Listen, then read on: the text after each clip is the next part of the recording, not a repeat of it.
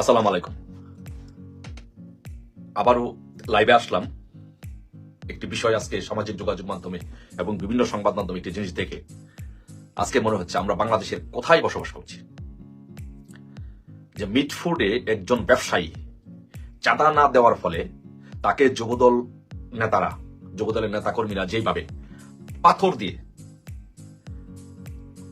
দিয়ে আঘাত করে যেইভাবে একজন ব্যবসায়ীকে হত্যা করেছে, এমন নিষ্ঠুরতা, বর্বরতা আপনারা আপনাদের জীবনে কেউ দেখেছেন কিনা সেটা আমি জানি না, কিন্তু আমার জীবনে, আমার জীবদ্দশায় এইরকম নিষ্ঠুর বর্বরতা, এরকম নিষ্ঠুর সেই আমরা শুনেছি একদম প্রাগ ঐতিহাসিক যুগে মানুষকে নাকি এরকম নির্মম ভাবে পাথর দিয়ে থেতলে হত্যা করা হতো।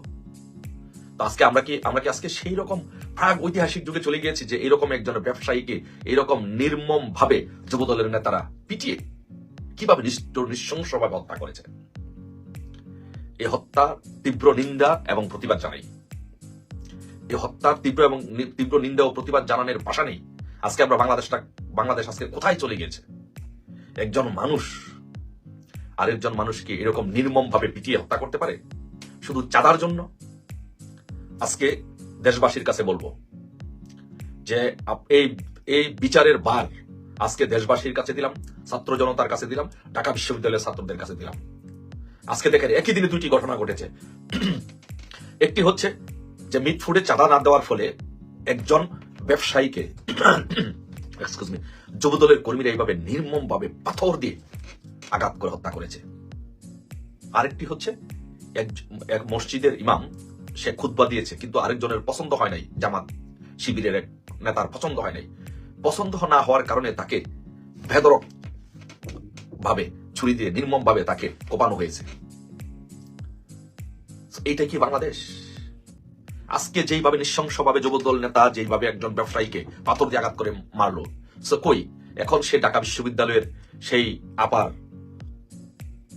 আসমান কাঁপে না? এখন তার জমিন কাঁপে না? তার আসমান শুধু কাঁপতো, তার জমিন শুধু কাঁপতো আওয়ামী লীগ সরকারকে হটানোর জন্য, শুধু শেখ হাসিনাকে ক্ষমতা থেকে নামার জন্যই তার আসমান কাঁপতো, তার জমিন কাঁপতো, কিন্তু মানুষের হত্যা, মানুষের জন্য তার জীবন কাঁপতো না, মানুষের জন্য তার আসমান জমিন কিছুই কাঁপতো না। আজকে যদি মানুষের জন্য যদি আসমান জমিন কাঁপতো, তাহলে কোথায় সে ঢাকা বিশ্ববিদ্যালয়ের সেই শিক্ষক? আজকে আমরা যা দেখছি যে বর্বর যুগের, প্রাগ ঐতিহাসিক বর্বর যুগের যে কাহিনী, সেই কাহিনীকেও আজকে হার মানিয়েছে।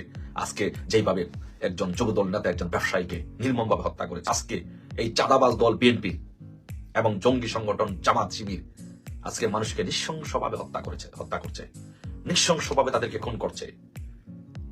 গত পরশুদিন আমার এক ভাই যুবদলের নেতাকে, যুবলীগের নেতাকে তারা খুন করে, নৃশংসভাবে খুন করে এই বিএনপি জামাতের সন্ত্রাসীরা তারা লাশ এই খালের উপর, নালার উপরে ফেলে রেখেছিল। এইভাবে আমাদের বাংলাদেশে অসংখ্য মানুষকে তারা হত্যা করে, নির্মম ভাবে হত্যা করে তারা নালায়, নদীতে, খালে, বিলে লাশ ফেলে রাখছে। আজকে বাংলাদেশ যেন একটা মৃত্যুপুরীতে পরিণত হয়েছে। এই মৃত্যুপুরী তো চলতে দিতে পারে না, এইভাবে তো একটা দেশ চলতে পারে না। তাই আমি বলবো, সকলকে বলবো, আজকের এই দিনে বাংলাদেশে যা চলছে সেটি যদি এর বিরুদ্ধে যদি আমরা প্রতিরোধ করে তুলতে না পারি, এর বিরুদ্ধে যদি আমরা রুখে দাঁড়াতে না পারি, তাহলে কিন্তু আজকে যেইভাবে যুবদল নেতারা একজন ব্যবসায়ীকে নির্মম ভাবে পাথর দিয়ে পিটিয়ে হত্যা করেছে, কালকে যে আপনাকে মারবে না, কালকে যে আপনার ভাইকে মারবে না, তার কিন্তু কোনো গ্যারান্টি নেই। কুমিল্লার মুরাদনগরে যেইভাবে একজন নারীকে, হিন্দু নারীকে বিবস্ত্র করে ধর্ষণ করে তার বিবস্ত্র ছবি যেভাবে ইন্টারনেটে ছড়িয়ে দিয়েছে, আগামীকালকে যে আপনার পরিবারের ক্ষেত্রে এটি ঘটবে না, তার কিন্তু কোনো ভাবার কারণ নেই। যেইভাবে যুবলীগের কর্মীকে চট্টগ্রামে নির্মম ভাবে হত্যা করে খালের মধ্যে লাশ ফেলে রেখেছে, কালকে যে আপনার সন্তানের ক্ষেত্রে, আপনার পরিবারের ক্ষেত্রে হবে না, তা কিন্তু বাবার কোনো কারণ নেই। তো আজকে এই এনুস, এই সুৎখোর মহাজন ফ্যাসিস্ট স্বৈরশাসক জঙ্গি ইনুস তার ক্ষমতাকে ধরে রাখার জন্য, তার ক্ষমতা দীর্ঘায়িত করার জন্য, রাষ্ট্র ক্ষমতার ভোগ করার জন্য বাংলাদেশে হত্যার লীলাখেলায় সে মেতে উঠেছে। তো এই জন্য আজকে আমি বলবো, আজকের এই দিনে আমি বলবো সবাইকে বিনীতভাবে অনুরোধ করবো যে আজকে যদি আমরা সকলে যদি ঐক্যবদ্ধভাবে, সকল ভেদাভেদ ভুলে ঐক্যবদ্ধভাবে যদি আমরা এই ইনুসকে হটাতে ব্যর্থ হই, তাহলে কিন্তু বাংলাদেশ ব্যর্থ হবে। আজকের এই আন্দোলন, ইনুস হটানোর আন্দোলন, এটা কিন্তু শুধু আমার আন্দোলন নয়, আপনার আন্দোলন নয়, এটা হচ্ছে পুরো বাংলাদেশের আন্দোলন, দেশ বাঁচানোর আন্দোলন, আপনার অস্তিত্বের আন্দোলন। তাই আমি বলবো সকলকে ঐক্যবদ্ধভাবে আসুন, আমরা এই ইউনুস হটাও আন্দোলনে আমরা সকলে ঐক্যবদ্ধভাবে ইউনুসকে হটিয়ে আবারও বাংলাদেশে আইনের শাসন প্রতিষ্ঠিত করি, গণতন্ত্র প্রতিষ্ঠিত করি। আপনারা কি দেখেছেন যে বাংলাদেশে এইরকম কোন নৃশংস ঘটনা আপনি দেখেছেন আর কখনো? যে এইরকম একজন ব্যবসায়ীকে পাথর দিয়ে, আওয়ামী লীগ তো 16 বছর ক্ষমতায়, প্রায় 16 বছর ক্ষমতায় ছিল, আপনারা এরকম নৃশংস ঘটনা আপনারা কখনো দেখেছেন? সারা দুনিয়া তো আজকে কেঁপে উঠেছে, কিন্তু ওই আপার তো আজকে বক কাঁপে নাই, আসমান কাঁপে না, জমিন কাঁপে নাই। আজকে কি তার বক কাঁপে না, তার জমিন কাঁপে না, আসমান কাঁপে না তার? তারা ছিল জামাত শিবিরের পেইড এজেন্ট।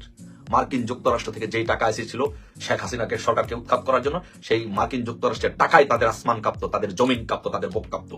মানুষের জন্য তাদের জমিন কাঁপতো না, মানুষের জন্য তাদের আত্মা কাঁপতো না, তাদের তাদের আসমান জমিন সবকিছু কাঁপতো মার্কিন যুক্তরাষ্ট্রের টাকায়।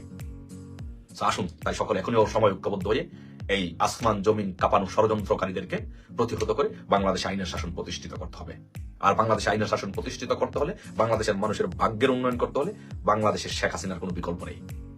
যদি শেখ হাসিনাকে আমরা আনতে ব্যর্থ হই, যদি শেখ হাসিনাকে আবারও বাংলাদেশের প্রধানমন্ত্রী করতে ব্যর্থ হই, আমরা যদি তার মতো একজন লিডারশিপ যদি বাংলাদেশে প্রতিষ্ঠিত করতে না পারি, তাহলে আমাদের বাংলাদেশের ভবিষ্যৎ এবং আমাদের সকলের ভবিষ্যৎ অন্ধকারে নিমজ্জিত হবে।